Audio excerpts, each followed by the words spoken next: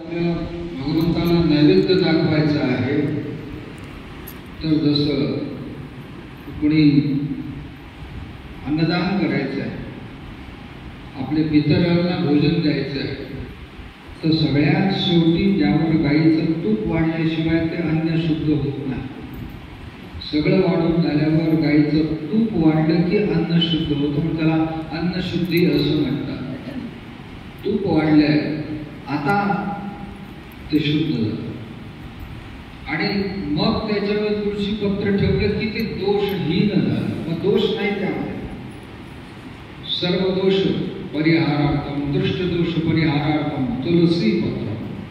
आपण तुळशी पत्र ठेवतो त्यामुळे दोष कुठला राहते, निर्दोष होतो. आणि तूप वाढल्यावर त्याचं शुद्धीकरण होतं, सत्व. म्हणून भगवंताचं नाव सात्वत नाव आहे, ते सत्व शब्दापासून तयार झालेलं आहे. यथ सत्वान्न जगते यच्च सत्वान्न हीयते. आता सत्व शब्दाचा आणखी दुसरा पण भाव येतो, अर्थ येतो सद्भाव. सद्भाव आहे, सत्य आणि सत्व म्हणून सद्भाव सुद्धा आहे. ज्या ठिकाणी सात्वत नावामध्ये सत्व आणि सद्भाव यांचा दोघांचा समावेश आहे.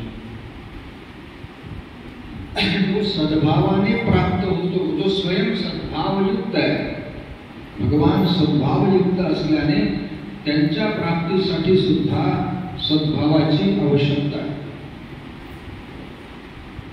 भाव कळे ना कळे ये रवी ना कळे. भगवत प्राप्तीसाठी भावाचीच आवश्यकता प्राधान्य दिलेलं आहे. एखाद्या दगडापासून मूर्ती तयार केली, पण त्या मूर्तीवरती मंत्रसंस्कार झाले. वेदशास्त्रातील मंत्रांचा संस्कार, विधियुक्त संस्कार झाले, प्राणप्रतिष्ठा झाली. ही प्राणप्रतिष्ठा झाल्यानंतर आता ती नुसती साधी मूर्ती राहत नाही, त्याला देवत्व प्राप्त होतो. कारण हा सद्भाव त्यामध्ये ओतला. भाव ओतल्यामुळेच,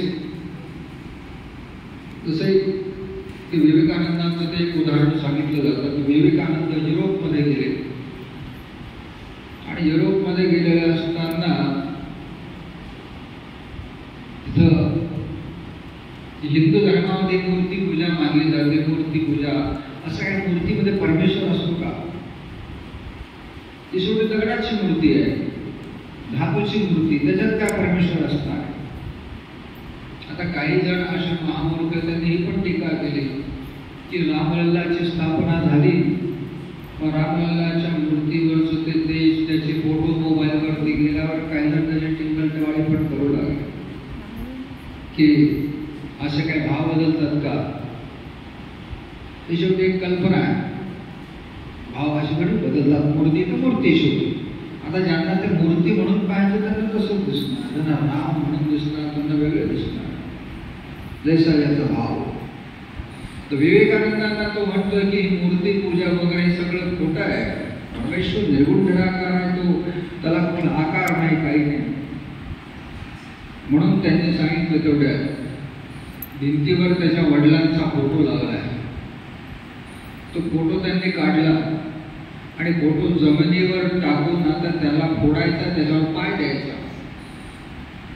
म्हणे हा फोटो कोणाचा आहे? पण माझ्या वडिलांचा आहे, मग याला फोडू. आता हा फोटो म्हणजे तुझे वडील थोडी, तुझे वडील तर गेले. फोटो म्हणजे काय वडील आहेत का? नाही, भाव. भाव महत्वाचा आहे. या फोटोला पाहिल्यावर माझ्या वडिलांची आठवण मला होते, म्हणून तो भाव आहे ना. नाही तर शेवटी काय कागद आहे, कागदावर एक चित्र आहे, ते काय वडील थोडे. पण भाव महत्वाचा आहे. तसं मूर्तीमध्ये भाव ओतल्यानंतर त्याचं अस्तित्व जाणार, अस्तित्व जाणार. राजस्थानमध्ये अजून सुद्धा ते मंदिर आहे ज्यामध्ये भगवान श्रीकृष्णांना एका परदेशी व्यक्तीने घड्याळ दिलं. परदेशी व्यक्तीने घड्याळ दिलं, अजून ते घड्याळ आहे की जे घड्याळ ज्या माणसाचे श्वास चालू असतील, नाडी चालू आहे, तरच ते घड्याळ फिरतंय. असं घड्याळ. या मूर्तीमध्ये म्हणजे प्राण आहेत. प्राण प्रतिष्ठा, प्राण प्रतिष्ठा. त्या 100-125 वर्षापूर्वी इंग्रज व्यक्तीने ते घड्याळ मूर्तीच्या हातात, श्रीकृष्णाच्या हातात घातलं आणि घातल्यावर ते घड्याळ चालूच राहिलं. तेव्हा त्याला कळलं की याच्यात प्राण आहे. ही प्राण प्रतिष्ठा म्हणजे काही चेष्टा नाही, प्राण आहे. भाव महत्वाचा आहे की त्या भावाच्या